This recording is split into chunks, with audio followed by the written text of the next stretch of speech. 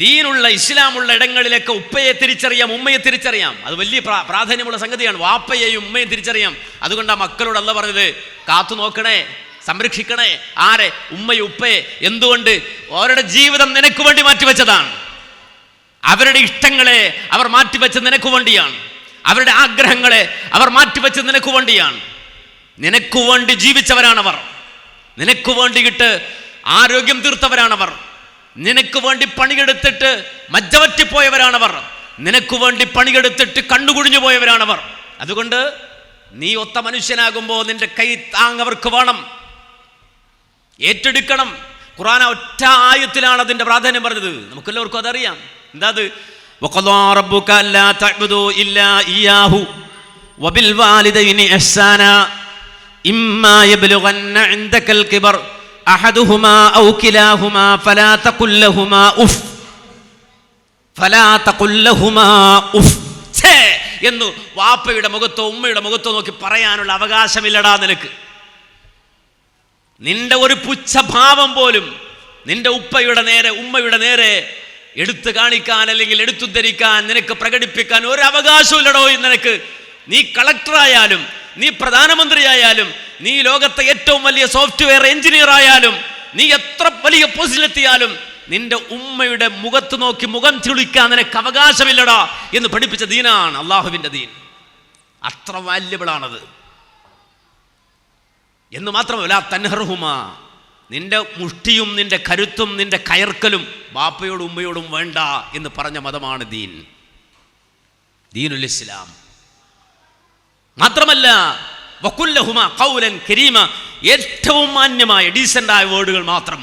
ഉപ്പയോട് ഉമ്മയോട് ഏറ്റവും മാന്യമായി മാത്രമേ സംസാരിക്കാൻ പാടുള്ളൂ.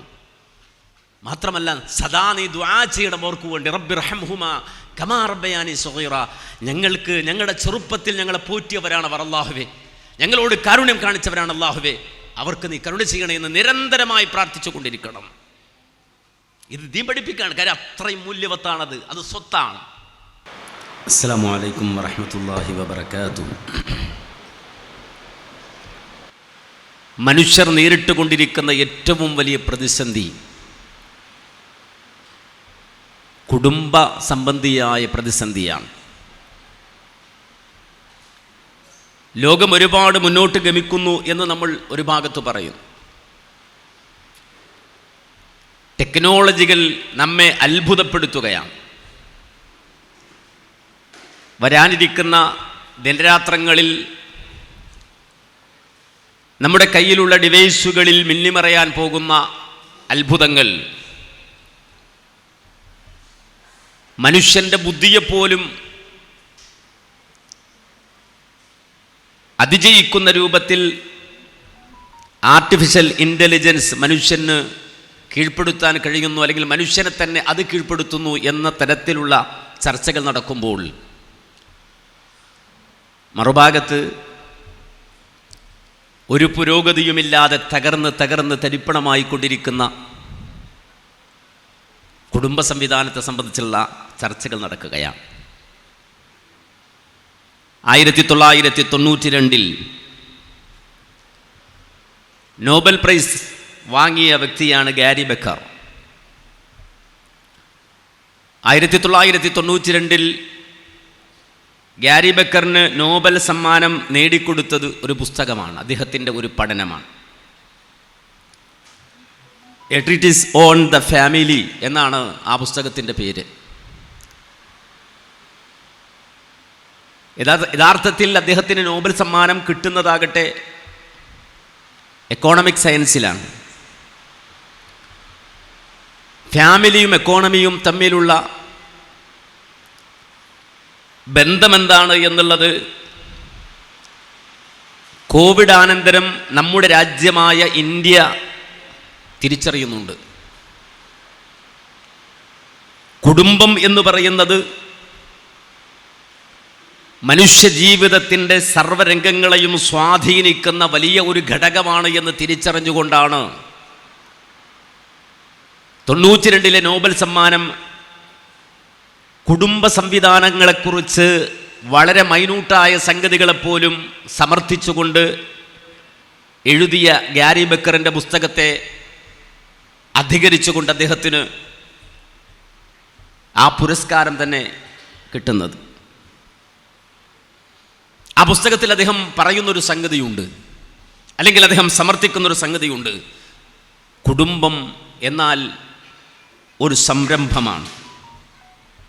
എ ലിറ്റിൽ ഫാക്ടറി എന്നാണ് അദ്ദേഹം കുടുംബത്തെ വിശേഷിപ്പിക്കുന്നത്. കുടുംബം എന്നുള്ളത് ഒരു സംരംഭമാണ്. നമുക്കറിയാം, ഒരു സംരംഭം എന്ന് പറഞ്ഞാൽ അതിൽ നിന്ന് പുറത്തു വരേണ്ടത് ഒരു പ്രൊഡക്റ്റാണ്. നമ്മളൊരു കമ്പനി തുടങ്ങിയാൽ ആ കമ്പനിയിൽ നിന്ന് പുറത്തു വരേണ്ടത് ഏറ്റവും മൂല്യവത്തായ പ്രൊഡക്റ്റാണ്. ഏറ്റവും നല്ല പ്രൊഡക്റ്റ് സമ്മാനിക്കുന്ന കമ്പനിക്കാണ് വിജയിക്കാൻ കഴിയുക. ഇതുപോലെ തന്നെയാണ് ഫാമിലി, എ ലിറ്റിൽ ഫാക്ടറി. ആ കുടുംബം എന്ന ഫാക്ടറിയിൽ നിന്ന് പുറത്തു വരേണ്ട പ്രൊഡക്റ്റിനെ സംബന്ധിച്ചാണ് ഞാനിവിടെ വരുമ്പോൾ കേട്ടുകൊണ്ടിരുന്നത്. ഒരു കുടുംബത്തിന് സമ്മാനിക്കാൻ കഴിയുന്ന പ്രൊഡക്റ്റാണ് സന്താനങ്ങൾ, മക്കൾ എന്നുള്ളത്. നല്ല മക്കളെ ലോകത്തിന് സമ്മാനിക്കാൻ കഴിയുന്ന കുടുംബം, ആ കുടുംബമാണ് സക്സസ് ആയ സംരംഭമായി തീരുന്നത്. ലോകം കൂടുതൽ വികസിക്കുമ്പോൾ തോറും, കൂടുതൽ പഠിക്കും തോറും തെളിഞ്ഞു വരുന്ന ചില സംഗതികളുണ്ട്. വിശുദ്ധ ഖുർആനിൽ അല്ലാഹു സുബ്ഹാനഹു വ തആല നൂറ്റാണ്ട് 14 മുമ്പ് അല്ലെങ്കിൽ 14 നൂറ്റാണ്ടുകൾക്കപ്പുറത്ത് വെച്ചുകൊണ്ട് ലോകത്തിന് പഠിപ്പിച്ചു കൊടുത്ത അടിസ്ഥാനപരമായ ചില അറിവുകളുണ്ട്. പിന്നീട് ഇങ്ങോട്ട് വന്ന പല ആളുകളും പല ഘട്ടങ്ങളിൽ അവരുടെ ജീവിത സാഹചര്യത്തിൻ്റെ വിവരക്കേടുകൾ കൊണ്ട് അതിനെ ചോദ്യം ചെയ്തിട്ടുമുണ്ട്. ആധുനിക സമൂഹം നേരിടുന്ന വലിയൊരു പ്രതിസന്ധി, അല്ലെങ്കിൽ നമുക്കിടയിൽ നമ്മുടെ നാട്ടും പ്രദേശങ്ങളിൽ പോലും നേരിടുന്ന വലിയൊരു പ്രതിസന്ധി പെൺകുട്ടികൾ വിവാഹം കഴിക്കാൻ തയ്യാറാകുന്നില്ല എന്നുള്ളതാണ്. പല വീടുകളിലും പെൺമക്കൾ വിവാഹം കഴിക്കാൻ തയ്യാറല്ല. ഒരു കുടുംബജീവിതം നയിക്കാൻ അവർ തയ്യാറല്ല. എന്തുകൊണ്ട് എന്ന് ചോദിച്ചാൽ, അവരുടെ കോളേജ് ലൈഫിൽ ഉപരിപഠനത്തിന് വേണ്ടി അവർ ചെന്നെത്തിയ ക്യാമ്പസുകളിൽ കടന്നുകൂടിയ ചില വൈകൃത വിശ്വാസങ്ങളുണ്ട്. അന്ധവിശ്വാസങ്ങൾ എന്ന് നമുക്കതിന് പേരിടാം. അന്ധവിശ്വാസങ്ങൾ എന്ന് പറയുമ്പോൾ ജാറത്തിലും മക്ബറകളിലുമൊക്കെ നടക്കുന്ന ദുരാചാരങ്ങൾ മാത്രമല്ല, കഴുത്തിലും കയ്യിലും കാതിലുമൊക്കെ കെട്ടിനടക്കുന്ന ഏലസുകളും മറ്റു സംഗതികളും മാത്രമല്ല, നേരെമറിച്ച് സാംസ്കാരികമായ അന്ധവിശ്വാസങ്ങൾ ബാധിച്ചുപോയ അങ്ങേയറ്റം വലിയ അന്ധവിശ്വാസികളായി ജീവിക്കുന്ന വലിയൊരു തലമുറ ഇവിടെ രൂപപ്പെട്ടു. ആ വൈകൃതമായ അന്ധവിശ്വാസങ്ങൾ അതിൻ്റെ ഭാഗമായി നമ്മുടെ മക്കൾ പഠിപ്പിക്കപ്പെട്ടു. കുടുംബം എന്ന് പറഞ്ഞാൽ, കുടുംബജീവിതം എന്ന് പറഞ്ഞാൽ അത് ഒരു വലിയ ഭാരമാണ്. വലിയ ഭാരം എന്ന് പറഞ്ഞാൽ നിങ്ങളുടെ എല്ലാ സ്വാതന്ത്ര്യങ്ങളെയും ഹനിക്കുന്ന, പാറി നടക്കാൻ നിങ്ങൾക്ക് കഴിയാത്ത രൂപത്തിൽ നിങ്ങളെ പിടിച്ചുകെട്ടുന്ന ഒരു വലിയ ഭാരമായി, ഒരു കൂച്ചുവിലങ്ങായി, ഒരു ചങ്ങലയായി വിവാഹത്തെയും കുടുംബജീവിതത്തെയും പരിചയപ്പെടുത്തി. അതിന് ഉദാഹരണമായി അവർ കാണിച്ചു കൊടുത്തത്, നിങ്ങളുടെ അമ്മയെ നിങ്ങൾ കണ്ടില്ലേ? വല്ല സ്വാതന്ത്ര്യവുമുണ്ടോ? ഒരു അടുക്കള ജീവിയായി കുറേ പാത്രങ്ങൾക്കിടയിൽ, കുറേ എച്ചിലുകൾക്കിടയിൽ അവരുടെ ജീവിതം തള്ളി നീക്കുന്നത് നിങ്ങൾ കാണുന്നില്ലേ? എന്തെങ്കിലും ഒരു എൻ്റർടൈൻമെൻറ്റ് അവർക്കുണ്ടോ? നിങ്ങൾ ആരുടെയും അടിമയാകേണ്ടതില്ല. നേരെമറിച്ച് നിങ്ങളുടെ വിശാലമായ സ്വാതന്ത്ര്യത്തിൻ്റെ ലോകത്ത് നിങ്ങൾക്ക് എന്നും പാറി നടക്കാൻ കഴിയണമെങ്കിൽ നിങ്ങൾക്ക് വേണ്ടത് വിവാഹേതരം അല്ലെങ്കിൽ വിവാഹമില്ലാത്തൊരു ജീവിതമാണ് എന്ന് പഠിപ്പിക്കപ്പെട്ട, അത് അന്ധമായി വിശ്വസിക്കുന്ന ഒരു തലമുറ നമുക്കിടയിൽ വളർന്നു വലുതായി വരികയാണ്. മാത്രമല്ല, അവരോട് ചോദിക്കുന്നൊരു ചോദ്യം, 80കളിൽ പുറത്തിറങ്ങിയ നമ്മുടെ എറണാകുളം ജില്ലയിലെ കലൂരിൽ താമസിക്കുന്ന ഷിബു ചക്രവർത്തി എന്ന പാട്ടുകാരൻ എഴുതി 80കളിൽ പുറത്തിറങ്ങിയൊരു പാട്ടിൽ, ഒരു സിനിമാ ഗാനത്തിൽ എഴുതി വെച്ചൊരു വരിയത് അക്കാലഘട്ടത്തിലെയും ഇക്കാലഘട്ടത്തിലെയും കൗമാരങ്ങൾ പാടി നടക്കുന്നുണ്ട്. പാറി നടക്കും പറവകളൊന്നും വേളി കഴിക്കാറില്ല, നമ്മുടെ ചുറ്റുഭാഗത്ത് ജീവിക്കുന്ന പറവകളും അതുപോലെ തന്നെ ഇരുകാലികളും അതുപോലെ തന്നെ ഇഴജന്തുക്കളും അതുപോലെ തന്നെ മറ്റു ജീവജാലങ്ങളും മനുഷ്യരല്ലാത്തത് അവകളൊന്നും വിവാഹം കഴിക്കുന്നില്ലല്ലോ. വിവാഹത്തിൻ്റെ ഭാരമില്ല, കുടുംബജീവിതത്തിൻ്റെ ഭാരമില്ല, ഉത്തരവാദിത്തങ്ങളില്ല, പാറ നടക്കുന്നത് കണ്ടില്ലയോ? പിന്നെ മനുഷ്യന് വേണ്ടി, മനുഷ്യന് മാത്രം എന്തിനാണ് വിവാഹം എന്ന് ചോദിച്ച് മസ്തിഷ്ക പ്രക്ഷാളനം നടത്തി വിവാഹം എന്ന കുടുംബം എന്ന സംവിധാനത്തെ ഒരു 6-ാം നൂറ്റാണ്ടിൻ്റെതാക്കി അവതരിപ്പിക്കുന്ന ഒരു സിസ്റ്റം ലോകത്ത് കടന്നു വന്നു. സ്വാഭാവികമായും ആളുകൾ ചോദിച്ചു, എന്ത് ചെയ്യും? ഞങ്ങളുടെ വൈകാരികമായ ലൈംഗിക താല്പര്യങ്ങൾ ഞങ്ങൾ ഇവിടെ ഇറക്കി വെക്കും. ഒരു മനുഷ്യനെ സംബന്ധിച്ചിടത്തോളം അവൻ കൗമാരം കടന്ന് യുവത്വത്തിലേക്ക് വരുമ്പോൾ അവൻ്റെ സഹജമായ ലൈംഗികാഭിനിവേശങ്ങളെ എവിടെ വെക്കും? എവിടെ ഇറക്കി വെക്കും? വിവാഹത്തിലൂടെയല്ലേ അത് നടക്കേണ്ടത് എന്ന് ചോദിച്ച മക്കളോട് പറഞ്ഞു കൊടുത്തു, അതിനാണ് ലിവിങ് ടുഗദർ എന്നൊരു സംവിധാനമുണ്ട്. വേണമെങ്കിൽ നമുക്ക് മലയാളത്തിലെ പോക്കുവരവ് എന്ന് പരിഭാഷപ്പെടുത്താം. പോക്കുവരവ് നമ്മുടെ സ്ഥലമൊക്കെ രജിസ്റ്റർ ചെയ്യുമ്പോൾ അതുമായി ബന്ധപ്പെട്ട് നടത്തുന്ന ഏർപ്പാടാണ്. പക്ഷേ ഇതും ഈ ലിവിങ് ടുഗദറിന് പോക്കുവരവ് എന്ന് വേണമെങ്കിൽ പരിഭാഷപ്പെടുത്താം. അപ്പം നിൻ്റേതായ ലൈംഗികമായ അഭിനിവേശങ്ങൾ ഇത്തരം ഒരു അഡ്ജസ്റ്റ്മെൻറ്റിലൂടെ താൽക്കാലികമായി നിനക്ക് കിട്ടുന്ന ഒരു പാർട്ട്ണറിലൂടെ നിനക്ക് നിർവഹിച്ച് ഒരു പാർട്ട്ണറെ സ്വീകരിച്ച് നിൻ്റെ ലൈംഗികാഭിനിവേശങ്ങൾ ഇറക്കി വെക്കാം. Living together. അപ്പം പിന്നെ ബാധ്യതകളില്ല. നേരെ മറിച്ച് കൺസെൻറ്റ് വേണം അതിന്, അതുപോലെ കോൺട്രാക്റ്റ് വേണം അതിന്. ഒരു കൺസെൻറ്റും കോൺട്രാക്റ്റും ഉണ്ടെങ്കിൽ ഇത്ര മാസക്കാലത്തേക്ക് നമുക്കങ്ങനെ ജീവിച്ചു പോകാം എന്നൊരു കോൺട്രാക്റ്റിലും ഒരു കൺസെൻറ്റിലും ഒതുക്കാവുന്ന പ്രശ്നമേ ഉള്ളൂ എന്ന് പഠിപ്പിക്കപ്പെട്ടു. അപ്പോൾ നമുക്കറിയാം, നമ്മുടെ നാട്ടിൽ ഒരുപാട് ലിവിങ് ടുഗദർ കേസുകൾ നടക്കുന്നത് കാണാൻ സാധിക്കും. ഇതൊരു പുതുമയായി അല്ലെങ്കിൽ ഒരു മോഡേണിറ്റിയായി അവതരിപ്പിക്കപ്പെടുകയാണ്. ഇതാണ് മോഡേണിറ്റി, ഇതാണ് പുതിയ തലമുറ, ഇതാണ് പുതിയ തലമുറയുടെ പഠനങ്ങളിലൂടെ ഗവേഷണങ്ങളിൽ അവിടെ ചെന്നെത്തിയ വലിയ ലോകം എന്ന് തെറ്റിദ്ധരിക്കുന്ന ഒരു സമൂഹം. പക്ഷേ ഇത് പുതുമയാണോ? ഒരിക്കലുമല്ല. മുഹമ്മദ് നബി സല്ലല്ലാഹു അലൈഹി വസല്ലമ കടന്നു വന്ന 6-ാം നൂറ്റാണ്ടിൽ മക്കയിൽ നടന്നിരുന്നൊരു പ്രതിഭാസമാണിത്, മദീനയിൽ നടന്നിരുന്ന ഒരു പ്രതിഭാസമാണിത്, ലിവിങ് ടുഗദർ, പോക്കുവരവ്.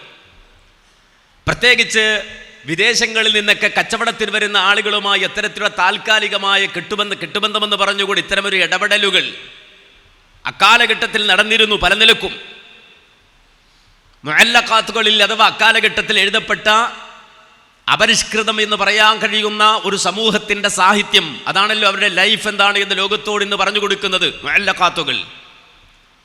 ആ സാഹിത്യങ്ങളിൽ ഇത്തരം ആളുകളുടെ അല്ലെങ്കിൽ ഇത്തരം പ്രതിഭാസങ്ങളുടെ കഥകൾ നിരവധി പറയുന്നത് കാണാൻ കഴിയും.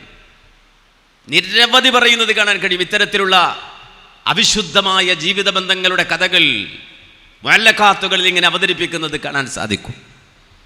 അവിടേക്കാണ് മുഹമ്മദ് നബി സല്ലല്ലാഹു അലൈഹി വസല്ലമ കടന്നു വന്നത്.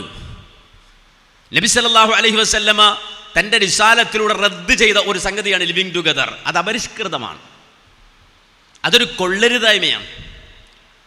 അതിനു പകരമായി ഈ പറയുന്ന ലിവിങ് ടുഗദർ പോലെയുള്ള അപരിഷ്കൃതമായ സംവിധാനങ്ങളെ മുഴുവനും തകർത്തെറിഞ്ഞുകൊണ്ട്, നിരോധിച്ചുകൊണ്ട്, ഹറാമാക്കിക്കൊണ്ട്, നിഷിദ്ധമാക്കി പ്രഖ്യാപിച്ചുകൊണ്ട് വിശുദ്ധമായി പ്രഖ്യാപിച്ചതാണ് ഇസ്ലാമിൽ നിക്കാഹ് എന്നുള്ളത്.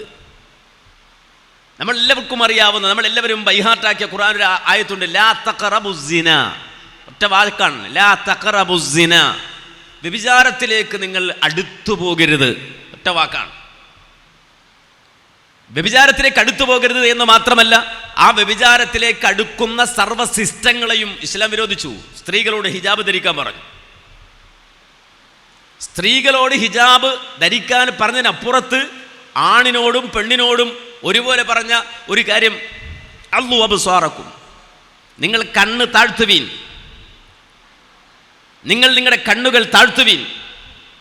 ഹറാമായ ഒരു അവസ്ഥയിൽ ഒരു അന്യ സ്ത്രീയുടെ ശരീരത്തിലേക്ക് നിങ്ങളുടെ കണ്ണുകൾ പായിക്കേണ്ടി വരുന്നൊരു സാഹചര്യം നിങ്ങളുടെ മുന്നിൽ വന്നെത്തിയാൽ അത് നോക്കി ആസ്വദിക്കുകയല്ല, അള്ളു അബ്സാറക്കും, നിങ്ങളുടെ കണ്ണുകൾ നിങ്ങൾ താഴ്ത്തുവീൻ. ആണിനോടും പെണ്ണിനോടും പറഞ്ഞതാണ്. ഇത് എന്തിൻ്റെ ഭാഗമാണ് എന്ന് ചോദിച്ചാൽ, നിങ്ങൾ വ്യഭിചാരത്തിലേക്ക് അടുക്കരുത് എന്ന് പറഞ്ഞതിൻ്റെ ഭാഗമായിക്കൊണ്ടാണ്. ആണും പെണ്ണും അന്യരായ സ്ത്രീ പുരുഷന്മാർ തനിച്ചാകരുത് എന്ന് പറഞ്ഞാൽ, അത്തരം ഒരു അവസ്ഥയിലേക്ക് നീങ്ങിപ്പോകുന്ന സർവ്വ സാഹചര്യങ്ങളെയും ദീൻ ക്ലോസ് ചെയ്തുകൊണ്ടാണ് പറഞ്ഞത്, നിങ്ങളെ സംബന്ധിച്ചിടത്തോളം നിങ്ങൾക്ക് നിങ്ങളുടേതായ ലൈംഗികാഭിനിവേശങ്ങൾ ഇറക്കി വെക്കാനും അതോടൊപ്പം തന്നെ നിങ്ങൾക്ക് ശാരീരികമായ അത്തരം അവസ്ഥകളെ അനുകൂലമായി സാധിച്ചെടുക്കാനും വിവാഹം കഴിക്കുവിൻ.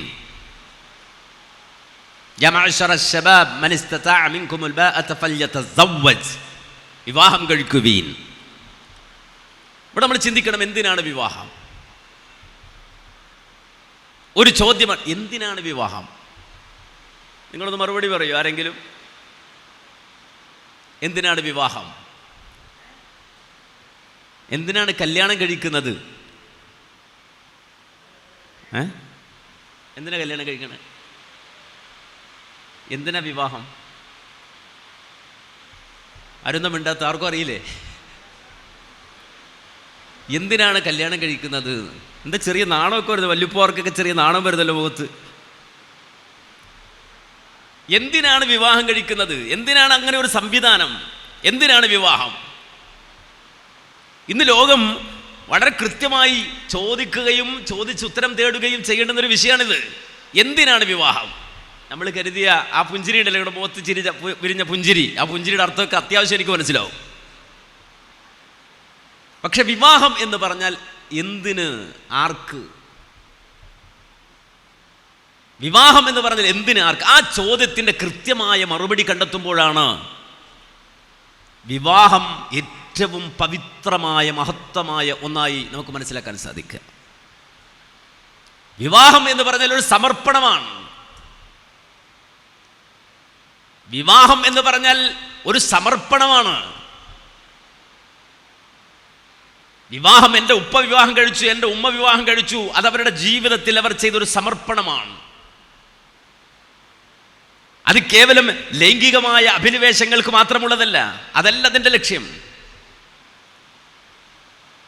എൻ്റെ നൈസർഗികമായി അല്ലെങ്കിൽ സ്വാഭാവികമായി ലൈംഗിക താല്പര്യങ്ങളെ ഇറക്കി വെക്കാൻ ഒരുപാട് വഴികൾ ഇന്ന് ലോകത്തുണ്ട്, എന്നുമുണ്ട്. അത്തരമൊരു വഴിതേടൽ മാത്രമാണ് എങ്കിൽ ലിവിങ് ടുഗദർ മതി, അതല്ലെങ്കിൽ മറ്റേതെങ്കിലും അത്തരത്തിലുള്ള സാഹചര്യങ്ങളെ തേടിപ്പോയാൽ മതി.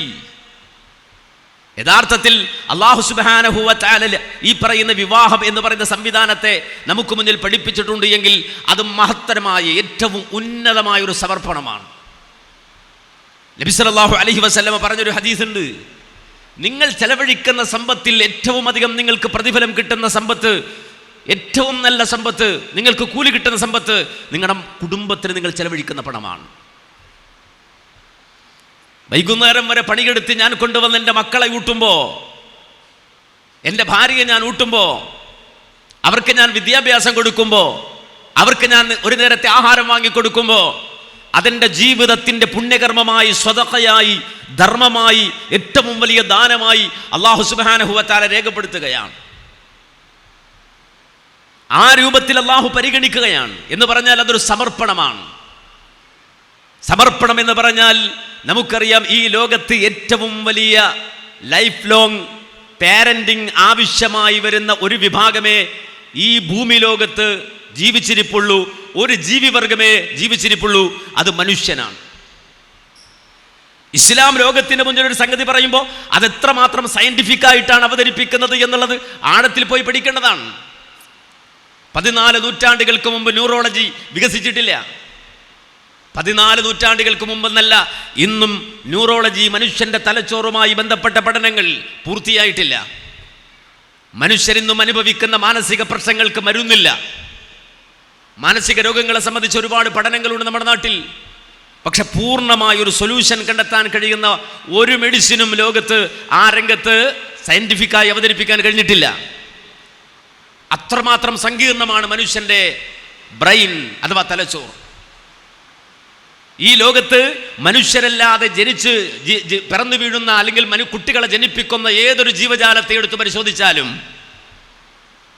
നേരത്തെ പറഞ്ഞില്ലേ, പാറി നടക്കും പറവകളാകട്ടെ, ഇഴഞ്ഞു നടക്കും ഇഴജന്തുക്കളാകട്ടെ, നാൽക്കാലികളാകട്ടെ, ആ ജീവി തൻ്റെ കുഞ്ഞിനെ പ്രസവിച്ചിടുമ്പോൾ പ്രസവിക്കപ്പെട്ട കുഞ്ഞിന് ഏതാണ്ട് അതിൻ്റെ ബ്രെയിൻ പകുതിയിലധികം വളർത്തിയ അവസ്ഥയിലാണ് അല്ലെങ്കിൽ രൂപപ്പെട്ട അവസ്ഥയിലാണ് ലോകത്തേക്ക് പിറന്നു വീഴുന്നത്. അതുകൊണ്ട് മനുഷ്യരല്ലാത്ത എല്ലാ ജീവജാലങ്ങൾക്കും മുല കുടിക്കുന്ന പ്രായം വരെ മാത്രമേ പാരന്റിങ് ആവശ്യമുള്ളൂ. നമ്മുടെ വീട്ടിൽ പ്രസവിക്കുന്ന ഒരു പൂച്ച തൻ്റെ കുഞ്ഞിനെ പ്രസവിച്ചിട്ടാൽ ആ കുഞ്ഞിനെ പരിപാലിക്കേണ്ടത് മുല കുടിക്കുന്ന പ്രായം വരെ മാത്രമാണ്. മുലകുടി പ്രായം കഴിഞ്ഞാൽ ആ തള്ള പിരിഞ്ഞു പോകും, തൻ്റെ മക്കളുമായി പിരിഞ്ഞു പോകും. പിന്നെ മക്കളെ പരിപാലിക്കേണ്ട ആവശ്യമില്ല.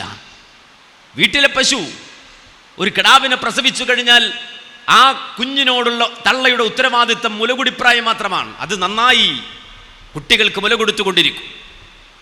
ആ പ്രായം അത്രയും കുഞ്ഞുങ്ങളെ പരിപാലിച്ചു കൊണ്ടിരിക്കും.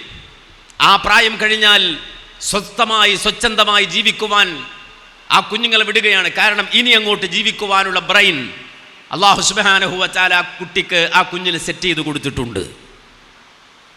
എന്നാൽ നിങ്ങൾ ആലോചിച്ച് നോക്കൂ, നമ്മുടെ ഉമ്മ നമ്മുടെ മുലകുടി പ്രായം ഖുർആൻ പറഞ്ഞതനുസരിച്ച് 2 കൊല്ലം നമുക്ക് മുല കുടിച്ച് തന്നിട്ട് മുല തന്നിട്ട് പാലൊക്കെ തന്നിട്ട് പൊയ്ക്കോന്ന് പറഞ്ഞാൽ ഏതെങ്കിലും ഒരാൾ ഇവിടെ ഈ രൂപത്തിൽ ജീവിച്ചിരിക്കുമോ? ഏതെങ്കിലും ഒരു മനുഷ്യൻ ഇവിടെ ജീവിച്ചിരിക്കോ ഈ രൂപത്തിൽ? മെൻ്റലി ഹെൽത്ത്, അതുപോലെ ഫിസിക്കലി ഹെൽത്തൊക്കെ അതൊക്കെ പരിപാലിച്ചുകൊണ്ട് അതേ നമ്മുടെ ആരോഗ്യമൊക്കെ നിർത്തി ഇവിടെ ജീവിക്കാൻ കഴിയുമോ? ഒരിടത്തും ഒരു പാശ്ചാത്യ ലോകത്തും ഇല്ല, സാധ്യമല്ല. എന്തുകൊണ്ട്? ഒരു മനുഷ്യക്കുഞ്ഞ് ലോകത്ത് പിറന്നു വീഴുമ്പോൾ അവനാവശ്യമായ ബ്രെയിൻ അവൻ്റെ തലച്ചോറിൻ്റെ 1/5 മാത്രമായിട്ടാണ് ഈ ലോകത്ത് പിറന്നു വീഴുന്നത്. 1/5 ബ്രെയിൻ ഒരു കുഞ്ഞിന് അല്ലെങ്കിൽ മനുഷ്യക്കുഞ്ഞിന് ജനിക്കുമ്പോൾ അവൻ ആകെയുള്ളത്, അവൻ്റെ തലച്ചോറ് വളരുന്നത് 1/5 മാത്രമാണ്. ബാക്കി അവന് വേണ്ടി ചിന്തിക്കേണ്ടത് ഉമ്മയാണ്, അവന് വേണ്ടി ചിന്തിക്കേണ്ടത് ഉപ്പയാണ്. എത്ര കൊല്ലം ചിന്തിക്കണം? 2 വയസ്സ് വരെയാണോ? അല്ല. 5 വയസ്സ് വരെയാണോ? അല്ല. 10 വയസ്സ് വരെയാണോ? അല്ല. നിങ്ങൾ 10 വയസ്സ് അല്ലെങ്കിൽ ഈ 10 വയസ്സുള്ള കുട്ടിയെ നീ പോയി ജീവിച്ചോ എന്ന് പറഞ്ഞ് വിടാൻ പറ്റുമോ? കേസെടുക്കും. ബാലവേല ചെയ്യാൻ പോയാൽ കേസെടുക്കും നമ്മുടെ നാട്ടിൽ. ഒരു കുട്ടി അവൻ വളർന്നു വലുതായി 18 വയസ്സായാലല്ലാതെ അവന് ലൈസൻസ് കൊടുക്കില്ല. എന്തേ കാരണം? ഒരു മനുഷ്യക്കുഞ്ഞ് പിറന്ന് 18 വയസ്സായാലല്ലാതെ അവന് വോട്ട് ചെയ്യാൻ കഴിയില്ല, ഇലക്ഷനിൽ പങ്കെടുക്കാൻ കഴിയില്ല. എന്തുകൊണ്ട്? ഈ 18 വയസ്സാകുമ്പോഴാണ് അവൻ്റെ ബ്രെയിൻ വളർന്നു വലുതാകുന്നത്. ഈ 18 വയസ്സ് അവൻ്റെ ബ്രെയിൻ വളർന്നു വലുതാകുന്നത് വരെ അല്ലെങ്കിൽ അവന് പ്രായപൂർത്തിയാകുന്നത് വരെ നിങ്ങൾ ആലോചിക്കൂ, അള്ളാഹുവിൻ്റെ ദീനിൽ ഒരു ഹുക്കുമും അവൻ്റെ മേൽ നിർബന്ധമായി ഏൽപ്പിച്ചിട്ടില്ല. പ്രായപൂർത്തിയാകുന്നത് വരെയുള്ള കുട്ടിക്ക് ഇളവുണ്ട് ദീനിൻ്റെ നിയമങ്ങളിൽ. ഇത് ന്യൂറോ സയൻസ് പഠിച്ചിട്ട് അള്ളാഹു സമർപ്പിച്ച, റബ്ബ് സുബ്ഹാനഹു വ തആല സമർപ്പിച്ച തിയറിയാണ്. അള്ളക്കറിയാം, അള്ളയാണ് ബ്രെയിൻ വെച്ച് കൊടുത്തത്. അപ്പോൾ ഒരു മനുഷ്യൻ പ്രായപൂർത്തിയാകുന്നത് വരെ ദീനിൻ്റെ അഹ്കാമുകൾ ഹുക്കുമുകൾ പോലും അവന് നിർബന്ധിക്കപ്പെടുന്നില്ല. എന്ന് വെച്ചാൽ അവൻ്റെ ബ്രെയിൻ വളർന്നിട്ടില്ല എന്നാണ് എൻ്റെ അർത്ഥം. ഈ കാലമത്രയും നമ്മുടെ മക്കളെ പരിപാലിക്കേണ്ട ഒരു വലിയ പ്രോസസ് നടക്കാനുണ്ട്. ഈ ലോങ് ടൈം പാരന്റിങ് ആവശ്യമുണ്ട്. ഈ long time parenting living together കൊണ്ട് നടക്കുന്നതല്ല. അതിനാണ് നിക്കാഹ് എന്ന് പറയുന്ന മീഥാഖ്, ബലിഷ്ഠമായൊരു കരാർ. ആ കരാർ ബലിഷ്ഠമാണ്, ആ കോൺട്രാക്ട് ബലിഷ്ഠമാണ്. പക്ഷേ അത് വളരെ എളുപ്പമായി അല്ലാഹു സുബ്ഹാനഹു വ തആല നമുക്ക് പഠിപ്പിച്ച്. എളുപ്പമാണ് നിക്കാഹ് എന്നുള്ളത്, എളുപ്പമാണ്, വളരെ വേഗത്തിൽ ചെയ്യാൻ കഴിയുന്ന സംഗതിയാണ്. അതുകൊണ്ട് തന്നെ കുടുംബം എന്നുള്ളതിന് അല്ലാഹു സുബ്ഹാനഹു വ തആല നൽകിയ വാല്യൂ ചെറുതല്ല. റബ്ബ് സുബ്ഹാനഹു വ തആല അതിനെ കണ്ട മഹത്വം ചെറുതല്ല. അമ്പിയാക്കൾ അവർ വിവാഹം കഴിച്ചവരാണ്. നബിമാരുടെ സംസ്കാരമാണ് നിക്കാഹ്. റസൂൽ പറയാണ്, അമ്പിയാക്കളുടെ തഖാഫ, അമ്പിയാക്കളുടെ സംസ്കാരം, ആ സംസ്കാരമാണ് നിക്കാഹ്. നബിമാരുടെ സംസ്കാരമാണ്. അത് ഏത് കാലഘട്ടത്തിലും, ഇബ്രാഹിം നബിയാകട്ടെ, നൂഹ് നബിയാകട്ടെ, ആദം നബി മുതൽ ഇങ്ങോട്ടുള്ള സർവ്വ നബിമാരുടെയും സഖാഫ, അവരുടെ സംസ്കാരമാണ് നിക്കാഹ്. എന്നുവെച്ചാൽ ഈ ബലിഷ്ഠമായ കരാറിലൂടെ ഉത്തമ തലമുറകളെ രൂപപ്പെടുത്തുവാനുള്ള ആ സമർപ്പണമാണ് നിക്കാഹിലൂടെ സാധ്യമാകുന്നത്. അതുകൊണ്ട് ദീൻ നിങ്ങൾ നോക്കൂ, എത്ര ഗൗരവത്തിൽ അത് പറഞ്ഞത്. 2 മാസങ്ങൾക്ക് മുമ്പ് മംഗലാപുരത്ത് ഉപ്പനങ്ങാടി എന്ന് പറയുന്ന സ്ഥലത്ത് പ്രസംഗിക്കാൻ പോയപ്പോൾ അസറിന് ശേഷം ഒരു നിക്കാഹ് അവിടെ നടക്കുന്നുണ്ട്. അപ്പോൾ പ്രവാചകനായി പോയി എന്നോട് പറഞ്ഞു, ആ നിക്കാഹ് നിങ്ങൾ നടത്തിയാൽ അതിൻ്റെ ഖുതുബ പറഞ്ഞാൽ നന്നാവും, പള്ളിയിലാണ്. അപ്പം ഞാൻ അവിടെ ചെന്ന് നോക്കുമ്പോൾ 2 പുയ്യാപ്പിളമാരുണ്ട് അവിടെ. രണ്ടാളുകളുടെ നിക്കാഹ് ഒരേ പള്ളിയിൽ ഒരേ സമയത്ത് നടക്കുകയാണ്. അപ്പോൾ അസർ കഴിഞ്ഞിട്ടാണ്, ഒരു 15 മിനിറ്റ് ഉണ്ട്. അപ്പോൾ ഞാൻ ഈ ഖുതുബ പറയുമ്പോൾ അതിന് മുമ്പ് ഒന്ന് പ്രിപ്പയർ ചെയ്യണമല്ലോ. ഞാനിങ്ങനെ മനസ്സിലിങ്ങനെ ആലോചിക്കാൻ തുടങ്ങി, എന്താണ് പടച്ചോൻ ഇവിടെ പറയുക, 2 നിക്കാഹ് ഒന്നിച്ച് നടക്കുകയാണല്ലോ. അപ്പം ഞാനിങ്ങനെ അത് എങ്ങനെ പറയണമെന്ന് കുറച്ചേരം ഇങ്ങനെ ആലോചിച്ചപ്പോൾ എൻ്റെ മനസ്സിൽ തോന്നി 2 കാര്യങ്ങൾ. 2 നിക്കാഹാണല്ലോ, 2 എന്നുള്ള രൂപത്തിൽ എന്തെങ്കിലും പറയാം. 2 നിക്കാഹാണ്, 2 പുയ്യാപ്പിളവർക്കും എന്നുള്ള നിലക്ക്. അല്ല, വെറുതെ അവിടെ ഇരുന്നൊന്ന് ചിന്തിച്ചപ്പോൾ വിശുദ്ധ ഖുർആനിൽ അല്ലാഹു സുബ്ഹാനഹു വ തആല അത് കണക്ട് ചെയ്ത് പറയുന്ന, അല്ലെങ്കിൽ ഇതുമായി ബന്ധപ്പെട്ട് പറയുന്ന ആ ആശയങ്ങളെ ഇങ്ങനെ സ്വരൂപിച്ചപ്പോൾ 3 കാര്യങ്ങൾ അവിടെ ഇരുന്ന് മനസ്സിലേക്ക് പെട്ടെന്ന് ഓടി വന്നു. 3 കാര്യങ്ങൾ. അതിലൊന്ന് സുബ്ഹാൻ എന്ന് അല്ലാഹു പറഞ്ഞ വാക്ക്. സുബ്ഹാൻ എന്ന് പറഞ്ഞിട്ട് അല്ലാഹു അവതരിപ്പിച്ചൊരു കാര്യം. അതിലൊന്ന് മുഹമ്മദ് നബി സല്ലല്ലാഹു അലൈഹി വസല്ലമയുടെ ജീവിതത്തിൽ, പ്രവാചകന്റെ ജീവിതത്തിൽ സംഭവിച്ച ഏറ്റവും വലിയ മുഅ്ജിസത്തുകളിൽ ഒന്നായ ലോകാവസാനം വരെ കണക്റ്റഡായ ഒരു സബ്ജക്റ്റ്. ലോകാവസാനം വരെ കണക്റ്റഡ് എന്ന് പറഞ്ഞാൽ 14 നൂറ്റാണ്ടുകൾക്ക് അപ്പുറത്താണ് സംഭവിച്ചത്. പക്ഷേ ആ വിഷയം, ആ ഇഷ്യൂ, ആ സബ്ജക്റ്റിന് ലോകാവസാനം വരെ പ്രസക്തിയുണ്ട്. അതാണ് ഇസ്രാ. ഇസ്രാ എന്ന് പറഞ്ഞാൽ ഫലസ്തീനിലേക്കുള്ള മുഹമ്മദ് റസൂലുള്ളാഹിയുടെ യാത്രയാണ്. ഫലസ്തീനിലേക്കുള്ള മുഹമ്മദ് റസൂലുള്ളാഹിയുടെ യാത്ര ഒറ്റ രാത്രി കൊണ്ട്. അതാണ് ഫലസ്തീൻ എന്ന സബ്ജക്റ്റ് ലോകാവസാനം വരെ ഇവിടെ നിലനിൽക്കുന്ന സബ്ജക്റ്റാണ്. അത് തീരുന്നതല്ല. അത് ലോകത്തിൻ്റെ ഒടുക്കം, ലോകത്തിൻ്റെ അവസാനം സംഭവിക്കുന്ന ഒരു വിഷയമാണ് ഫലസ്തീൻ വിഷയമെന്ന് ഹബീബുൽ വറ മുഹമ്മദുർ റസൂലുള്ളാഹി സല്ലല്ലാഹു അലൈഹി വസല്ലമ നിരവധി ഹദീസുകളിലൂടെ പഠിപ്പിച്ചെന്ന സംഗതിയാണ്. അത് പറയുന്ന ഭാഗം ഖുർആനിലുണ്ട്. സുബ്ഹാനല്ലദീ അസ്റാ ബിഅബ്ദിഹി ലൈലം മിനൽ മസ്ജിദിൽ ഹറാമി ഇലൽ മസ്ജിദിൽ അഖ്സല്ലദീ ബാറക്നാ ഹൗലഹു ലിനുരിയഹു മിൻ ആയാതിനാ. മുഹമ്മദ് റസൂലുള്ളാഹിയുടെ ജീവിതത്തിൽ സംഭവിച്ച ഇസ്രാഇനെ സംബന്ധിച്ച് പറയുമ്പോൾ അത് പറയാൻ അല്ലാഹു എടുത്ത വാചകം, അത് തുടങ്ങാൻ അല്ലാഹു എടുത്തുദ്ധരിച്ച വാചകം സുബ്ഹാൻ എന്ന വാചകമാണ്. സുബ്ഹാൻ, അല്ലാഹു പരിശുദ്ധനാണ്, ഒരു വൈകൃതവുമില്ലാത്തവനാണ്, ഒരു അശുദ്ധിയുമില്ലാത്തവനാണ്, ഒരു പോരായ്മയുമില്ലാത്തവനാണ്. അവൻ വിശുദ്ധനാണ്, സർവ പോരായ്മകളിൽ നിന്നും അകന്നവനാണ്, പരമപരിശുദ്ധനാണ്. സുബ്ഹാനല്ലദീ യസ്റാ ബിഅബ്ദിഹി ലൈലം മിനൽ മസ്ജിദിൽ ഹറാമി ഇലൽ മസ്ജിദിൽ അഖ്സാ.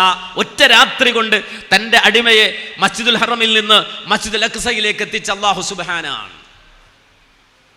ഇതേ രൂപത്തിൽ അല്ലാഹു വിശുദ്ധ ഖുർആനിൽ മറ്റൊരായത്ത് പറഞ്ഞു. അതെന്താ? സുബ്ഹാനല്ലദീ ഖലഖൽ അസ്വാഅജ കുല്ലഹാ മിമ്മാ തുംബിതുൽ അർള് വമിൻ അൻഫുസിഹിം വമിമ്മാ ലാ യഅലമൂൻ. സൂറത്ത് യാസീനിലാണത്. അഥവാ ഇസ്രാ എന്ന് പറയുന്ന മഹത്തായ ഒരു സംഗതിയെ പരിചയപ്പെടുത്തുമ്പോൾ, വിശദീകരിക്കുമ്പോൾ അല്ലാഹു സുബ്ഹാനഹു വ തആല ആരംഭിച്ച സുബ്ഹാൻ എന്ന വാക്കുകൊണ്ട് തന്നെ ആരംഭിച്ചു മറ്റൊരായത്തിൽ. അതെന്താ? സുബ്ഹാനല്ലദീ ഖലഖൽ അസ്വാഅജ കുല്ലഹാ. സർവ്വതിലും ഇണകളെ സൃഷ്ടിച്ചു തന്ന അല്ലാഹു പരിശുദ്ധനാണ്. ഇണത്വം എന്നുള്ളത് ഇന്ന് കൺഫ്യൂഷനാണ്. പെണ്ണ് എന്നുള്ളത്, പെണ്ണത്വം എന്നുള്ളത് വലിയ പ്രശ്നമായി അവതരിപ്പിക്കപ്പെടുന്ന കാലമാണ്.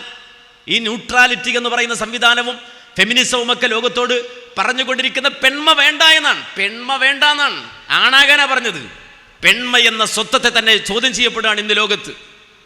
പെൺമയെ തന്നെ ചോദ്യം ചെയ്യാണ്. അതുകൊണ്ട് ന്യൂട്രാലിറ്റി വരട്ടെ, ആണും പെണ്ണും ഒന്നാകട്ടെ, ഒന്നിച്ച് കൂടിക്കലരട്ടെ, ഒന്നിച്ചു കിടക്കട്ടെ, ഒന്നിച്ചു നടക്കട്ടെ, ഒരേ വസ്ത്രം ധരിക്കട്ടെ, കമ്മല് വേണ്ട, പെണ്ണടയാളങ്ങളൊന്നും വേണ്ട. മനസ്സിലായോ? എന്ന് പറയുന്ന പെൺമയെ തന്നെ ആ ചോദ്യം ചെയ്യുന്ന ഒരു കാലത്ത് ഖുർആൻ പറയാണ് സുബ്ഹാനല്ലദീ ഖലഖൽ അസ്വാഅജ കുല്ലഹാ മിമ്മാ തുംബിതുൽ അർള് വമിൻ അൻഫുസിഹിം വമിമ്മാ ലാ യഅലമൂൻ. ഇണകളാക്കി സർവ്വതിനെയും പടച്ചവൻ അവൻ പരിശുദ്ധനാണ്. നിങ്ങളിലും ഇണയുണ്ടല്ലോ, നിങ്ങളിലും ഇണയുണ്ടല്ലോ. അവ 2 കാര്യങ്ങൾ അല്ലാഹു സുബ്ഹാൻ എന്ന് പറഞ്ഞിട്ട് അവതരിപ്പിച്ചു. ഇനി നിങ്ങൾ നോക്കൂ, വിശുദ്ധ ഖുർആൻ അതുപോലെ തന്നെ പറഞ്ഞു അള്ളാഹുവിൻ്റെ ആയാത്തുകൾ. ഇപ്പോൾ ഖുർആൻ അള്ളാഹുവിൻ്റെ ആയത്തുകളാണ്. നമ്മൾ പറയാറുണ്ട് ഖുർആനിൽ അള്ളാഹുവിൻ്റെ ആയാത്തുകളാണ്. ഖുർആനിൽ അള്ളാഹുവിൻ്റെ ആയാത്തുകൾ നമ്മൾ എത്ര ബഹുമാനത്തോടെയാണ് കാണുന്നത്. കാര്യം അള്ളാഹുവിനെ കുറിച്ച് പറയുന്ന, അള്ളാഹുവിൻ്റെ അവൻ്റെ റിള, അവൻ്റെ തൃപ്തി എന്താണ് എന്ന് നമുക്ക് പറഞ്ഞു തരുന്ന, അവൻ്റെ സുഹ്ത്ത്, അവൻ്റെ കോപ കാര്യങ്ങൾ, അല്ലെങ്കിൽ അവന് ഇഷ്ടമില്ലാത്ത സംഗതികൾ എന്തൊക്കെ എന്ന് വിവരിക്കുന്ന അള്ളാഹുവിൻ്റെ കലാമാണല്ലോ അള്ളാഹുവിൻ്റെ ഖുർആൻ ആയാത്തുകൾ. പക്ഷെ അത് മാത്രമല്ലല്ലോ ആയാത്തുകൾ. നേരെ മറിച്ച് ഖുർആൻ പറഞ്ഞു, വമിൻ ആയാതിഹിൽ ലൈലു വന്നഹാറു വശംസു വൽ ഖമർ ഫലാ തസ്ജുദൂ ലിശംസി വലാ ലിൽ ഖമർ വസ്ജുദൂ ലില്ലാഹിൽ ലദീ ഖലഖഹുന്ന ഇൻ കുൻതും ഇയ്യാഹു തഅ്ബുദൂൻ. വമിൻ ആയാതിഹിൽ ലൈലു വന്നഹാറു വശംസു വൽ ഖമർ. സൂര്യനും ചന്ദ്രനും അള്ളാഹുവിൻ്റെ ദൃഷ്ടാന്തങ്ങളാണ്, ആയത്തുകളാണ്. അള്ളാഹുവിൻ്റെ ആയത്താണ് സൂര്യനും ചന്ദ്രനും, രാവും പകലും. അതുകൊണ്ട് ലാ തസ്ജുദൂ ലിശംസി വലാ ലിൽ ഖമർ, സൂര്യനും ചന്ദ്രനും നിങ്ങൾ സുജൂദ് ചെയ്യരുത്. അപ്പോൾ സൂര്യനും അള്ളാഹുവിൻ്റെ ദൃഷ്ടാന്തം, ചന്ദ്രനും അള്ളാഹുവിൻ്റെ ദൃഷ്ടാന്തം. ഇതേ കാര്യം അള്ളാഹു ആ ആയത്ത് കൊണ്ട്, അല്ലെങ്കിൽ ആ ആശയം കൊണ്ട് തന്നെ പറഞ്ഞു. എങ്ങനെ? വമിൻ ആയാതിഹി അൻ ഖലഖ ലക്കും അൻഫുസികും അസ്വാജൻ ലിതസ്കുനൂ ഇലൈഹാ. അള്ളാഹുവിൻ്റെ ദൃഷ്ടാന്തമാണ് നിങ്ങൾക്ക് നിങ്ങളിൽ നിന്നുള്ള ഇണകളെ സൃഷ്ടിച്ചു തന്നു എന്നുള്ളത് അള്ളാഹിൻ്റെ ആയത്താണ്. സൂര്യനായത്താണ്, ചന്ദ്രനായത്താണ്, നിന്റെ ഭാര്യ ആയത്താണ്, നിന്റെ ഭാര്യ ആയത്താണ്. വമിൻ ആയാതിഹി അൻ ഖലഖ ലക്കും മിൻ അൻഫുസികും അസ്വാജൻ ലിതസ്കുനൂ ഇലൈഹാ. അള്ളാഹുവിൻ്റെ ആയത്താണ്, സൂര്യനായത്താണ്, ചന്ദ്രനായത്താണ്, നിന്റെ വീട്ടിലെ നിന്റെ ഭാര്യ ആയത്താണ്.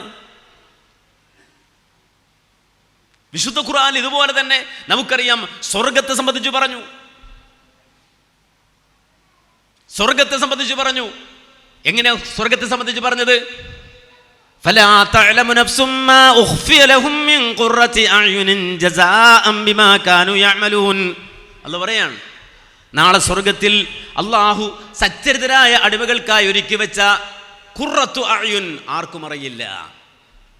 ഒരു കണ്ണും കാണാത്ത, ഒരു കാതും കേൾക്കാത്ത, ഒരു മനസ്സിനും ഇമാജിൻ ചെയ്യാൻ കഴിയാത്ത അത്രമാത്രം സൗകര്യങ്ങൾ അള്ളാഹുവിൻ്റെ വിരുന്നായ സ്വർഗത്തിലുണ്ട്. അവിടെ അള്ളാഹു പ്രയോഗിച്ച പ്രയോഗം ഖുർറത്തു അഅ്യുൻ, കൺകുളിർമ എന്നാണ്. ഇത് അള്ളാഹു ഈ ലോകവുമായി ബന്ധപ്പെടുത്തി പ്രയോഗിച്ചു. ഖുർആനിൽ 2 സ്ഥലത്തെ ഖുർറത്തു അഅ്യുൻ എന്ന് പ്രയോഗിച്ചിട്ടുള്ളൂ. ഒന്ന് സ്വർഗത്തെ സംബന്ധിച്ചാണ്, 2 സച്ചരിതരായ മനുഷ്യരുടെ ഇബാദുർ റഹ്മാന്റെ ദുആയിലാണ്. റബ്ബനാ ഹബ് ലനാ മിൻ അസ്വാജിനാ വദുരിയാതിനാ ഖുർറത അഅ്യുൻ വജഅൽനാ ലിൽ മുത്തഖീന ഇമാമാ. അല്ലാഹുവേ, ഞങ്ങൾക്ക് ഐഹിക ലോകത്ത് ഞങ്ങളിൽ നിന്ന്, ഞങ്ങളുടെ മക്കളിൽ നിന്ന്, ഞങ്ങളുടെ ഇണകളിൽ നിന്ന് ഞങ്ങൾക്ക് ഖുർറത്തു അഅ്യുൻ, കൺകുളിർമ തരണേ അല്ലാഹ്. 2 സ്ഥലത്ത് വിശുദ്ധ ഖുർആൻ അങ്ങനെ പ്രയോഗിച്ചിട്ടുണ്ട്. ചുരുക്കി പറഞ്ഞാൽ കുടുംബം എന്ന് പറയുന്ന സിസ്റ്റം, സംവിധാനം അല്ലാഹു സുബ്ഹാനഹു വ തആല എത്ര മഹത്തമായി കൊണ്ടാണ് നമ്മുടെ മുന്നിൽ പറഞ്ഞു തന്നത്, പഠിപ്പിച്ചു തന്നത്, അതിൻ്റെ പ്രാധാന്യം പഠിപ്പിച്ചു തന്നത്. ഇന്ന് ലോകം അത് തിരിച്ചറിയാണ്. ലോകം ഇന്നത് അതിൻ്റെ പ്രാധാന്യം തിരിച്ചറിയാണ്. ഒരു നല്ല ഉമ്മയാണ് ലോകത്തെ ഏറ്റവും വലിയ സ്വത്ത് എന്ന് തിരിച്ചറിയാണ്. ഞാൻ പറഞ്ഞല്ലോ, ഒരു ഉമ്മ സമർപ്പിച്ചു കഴിഞ്ഞപ്പോൾ, ഒരു പെണ്ണ് സമർപ്പിച്ചു കഴിഞ്ഞപ്പോൾ, ഒരു ആണ് ഉപ്പ സമർപ്പിച്ചു കഴിഞ്ഞപ്പോൾ അത് ലോകത്തെ ഏറ്റവും മൂല്യവത്തായ ഒരു കർമ്മമായി മാറുകയാണ്. വിശുദ്ധ ഖുർആൻ പരിശോധിച്ചാൽ നമുക്ക് കാണാം, അള്ളാഹുവിനെ കഴിഞ്ഞാൽ പിന്നെ, പ്രവാചകനെ കഴിഞ്ഞാൽ പിന്നെ ഈ ലോകത്ത് മനുഷ്യൻ ബന്ധം സ്ഥാപിക്കേണ്ട ആരാണ്, ബന്ധം സ്ഥാപിക്കേണ്ടത് ആരോടാണ് എന്ന് വിശദീകരിക്കുമ്പോൾ ഖുർആൻ ആവർത്തിച്ചില്ലേ? നബി സല്ലല്ലാഹു അലൈഹി വസല്ലം ഒരിക്കൽ ഒരാൾ വന്ന് ചോദിച്ചില്ലേ, ഏറ്റവും നല്ല സുഹബത്ത് ആരോടാ വേണ്ടത്? നബി പറഞ്ഞു, ഉമ്മയോട്. സുമ്മായി, പിന്നെ ആരോടാണ്? ഉമ്മുക്ക്, ഉമ്മയോട്. പിന്നെ ആരോടാണ്? ഉമ്മയോട്. പിന്നെ ആരോടാണ്? ഉപ്പയോട്. അല്ല, വില നിങ്ങൾക്ക് മനസ്സിലാക്കണം. എന്തുകൊണ്ട് അങ്ങനെ ഒരു കാര്യം പറഞ്ഞത്? നിനക്ക് വേണ്ടി ഒരു ജീവിതം ഒഴിഞ്ഞു വെച്ച 2 വ്യക്തിത്വങ്ങളാണ് അവര്. നീ ചിന്തിച്ചതുപോലെ അവർ ചിന്തിച്ചിരുന്നെങ്കിൽ ലിവിംഗ് ടുഗദർ അടിച്ചവർക്ക് പോകാമായിരുന്നു. പിന്നീട് നിന്നെ വല്ല അനാഥത്വത്തിലോ തെരുവിലോ വലിച്ചെറിഞ്ഞുകൊണ്ട് പോകാമായിരുന്നു. നമുക്കറിയാം, യൂറോപ്യൻ രാജ്യങ്ങളിൽ മക്കളെ അടിക്കാൻ പാടില്ല, കേസെടുക്കും. അത് നമ്മുടെ നാട്ടിൽ കൊണ്ടുവന്ന് ഇംപ്ലിമെന്റ് ചെയ്യുന്നുണ്ട്, നമ്മുടെ നാട്ടിൽ കൊണ്ടുവന്നിട്ട് പാസ്സാക്കാൻ ശ്രമിക്കുന്നുണ്ട്. യൂറോപ്യൻ രാജ്യങ്ങളിൽ മക്കളെ ഉപദ്രവിക്കും. ആര്? 2-ാനച്ഛനോ 3-ാനച്ഛനോ 4-ാനച്ഛനോ. കാരണം അവൻ്റെ മക്കളല്ല, സന്താനമല്ല. മാത്രമല്ല, സിംഗിൾ പാരന്റിങ് ലോകത്ത് പാശ്ചാത്യ രാജ്യങ്ങൾ നടക്കുകയാണ്. ഒരൊറ്റ പാരന്റേ ഉണ്ടാവുള്ളൂ. അമ്മ, അച്ഛനാരറിയില്ല. എന്തുകൊണ്ട്? ലിവിംഗ് ടുഗദർ ആയിരുന്നു, വന്നുപോയതാണ്. പക്ഷെ നമ്മുടെ നാട്ടിൽ അങ്ങനാണോ? അല്ല. എനിക്കറിയാം എൻ്റെ ഉപ്പയെ, എനിക്കറിയാം എൻ്റെ ഉമ്മയെ. ദീനുള്ള ഇസ്ലാമുള്ള ഇടങ്ങളിലൊക്കെ ഉപ്പയെ തിരിച്ചറിയാം, ഉമ്മയെ തിരിച്ചറിയാം. അത് വലിയ പ്രാധാന്യമുള്ള സംഗതിയാണ്. വാപ്പയെയും ഉമ്മയും തിരിച്ചറിയാം. അതുകൊണ്ടാണ് മക്കളോട് അല്ലാഹ് പറഞ്ഞത്, കാത്തു നോക്കണേ, സംരക്ഷിക്കണേ. ആരെ? ഉമ്മയും ഉപ്പയെ. എന്തുകൊണ്ട്? അവരുടെ ജീവിതം നിനക്ക് വേണ്ടി മാറ്റിവെച്ചതാണ്. അവരുടെ ഇഷ്ടങ്ങളെ അവർ മാറ്റിവെച്ച് നിനക്ക് വേണ്ടിയാണ്. അവരുടെ ആഗ്രഹങ്ങളെ അവർ മാറ്റിവെച്ച് നിനക്ക് വേണ്ടിയാണ്. നിനക്ക് വേണ്ടി ജീവിച്ചവരാണവർ. നിനക്ക് വേണ്ടിയിട്ട് ആരോഗ്യം തീർത്തവരാണവർ. നിനക്ക് വേണ്ടി പണിയെടുത്തിട്ട് മജ്ജവറ്റിപ്പോയവരാണവർ. നിനക്ക് വേണ്ടി പണിയെടുത്തിട്ട് കണ്ണുകുഴിഞ്ഞു പോയവരാണവർ. അതുകൊണ്ട് നീ ഒത്ത മനുഷ്യനാകുമ്പോൾ നിന്റെ കൈ താങ്ങവർക്ക് വേണം, ഏറ്റെടുക്കണം. ഖുർആൻ ഒറ്റ ആയത്തിലാണ് അതിന്റെ പ്രാധാന്യം പറഞ്ഞത്. നമുക്കെല്ലാവർക്കും അതറിയാം. എന്താ അത്? വഖദാ റബ്ബുക അല്ലാ തഅ്ബുദൂ ഇല്ലാ ഇയ്യാഹു വബിൽ വാലിദൈനി ഇഹ്സാനാ ഇമ്മാ യബ്ലുഗന്ന ഇൻദകൽ കിബർ അഹദുഹുമാ ഔ കിലാഹുമാ ഫലാ തഖുൽ ലഹുമാ ഉഫ് ഛേ എന്ന് വാപ്പയുടെ മുഖത്തോ ഉമ്മയുടെ മുഖത്തോ നോക്കി പറയാനുള്ള അവകാശമില്ലടാ നിനക്ക്. നിന്റെ ഒരു പുച്ഛഭാവം പോലും നിന്റെ ഉപ്പയുടെ നേരെ ഉമ്മയുടെ നേരെ എടുത്തു കാണിക്കാൻ അല്ലെങ്കിൽ എടുത്തുദ്ധരിക്കാൻ നിനക്ക് പ്രകടിപ്പിക്കാൻ ഒരു അവകാശമില്ലടോ നിനക്ക്.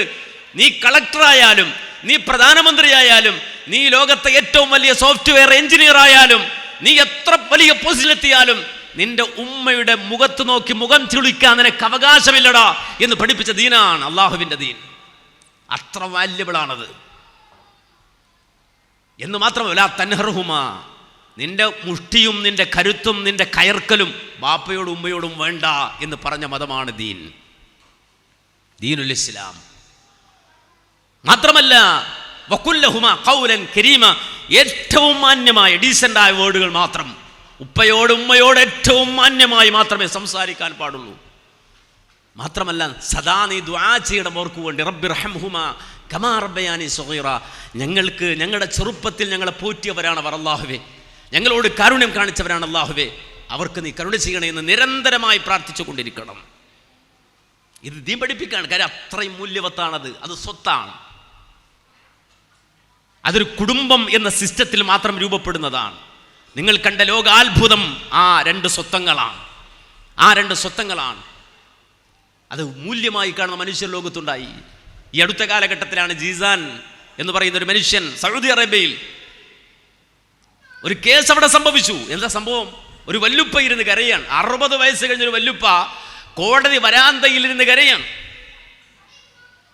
ആ മനുഷ്യന്റെ ഏങ്ങലടിച്ചുള്ള കരച്ചിൽ കണ്ടപ്പോൾ ആളുകൾ ചെന്നിട്ട് ചോദിക്കണം, എന്താ പ്രശ്നം? അദ്ദേഹം പറഞ്ഞു, എൻ്റെ അനിയൻ കേസ് കൊടുത്തു, അതാണ്, എനിക്ക് എതിരായി കേസ് വിധിച്ചു. അന്വേഷിച്ചപ്പോൾ എന്താ സംഭവം എന്നറിയോ? ഈ മനുഷ്യൻ 62 വയസ്സുവരെ ജീവിച്ചത് തൻ്റെ ഉമ്മക്ക് വേണ്ടിയാണ്. ഉമ്മയെ പോറ്റുന്നത്, ഉമ്മയെ കുളിപ്പിക്കുന്നത്, ഉമ്മക്ക് മരുന്ന് കൊടുക്കുന്നത്, ഉമ്മക്ക് വസ്ത്രം മാറി കൊടുക്കുന്നത്, ഒരു കുഞ്ഞിനെ താലോലിക്കുന്നത് പോലെയാണ് ഈ 62 വയസ്സ് കഴിഞ്ഞ മനുഷ്യൻ ഉമ്മയെ പരിപാലിക്കുന്നത്. അവസാനം അദ്ദേഹത്തിൻ്റെ അനുജൻ കടന്നു വന്നിട്ട് പറഞ്ഞു, കാക്ക, നിങ്ങൾ പ്രായമായി, നിങ്ങൾക്കിപ്പോൾ വയസ്സ് 62, ഉമ്മക്കേതാണ്ട് 90 വയസ്സടുത്തായി.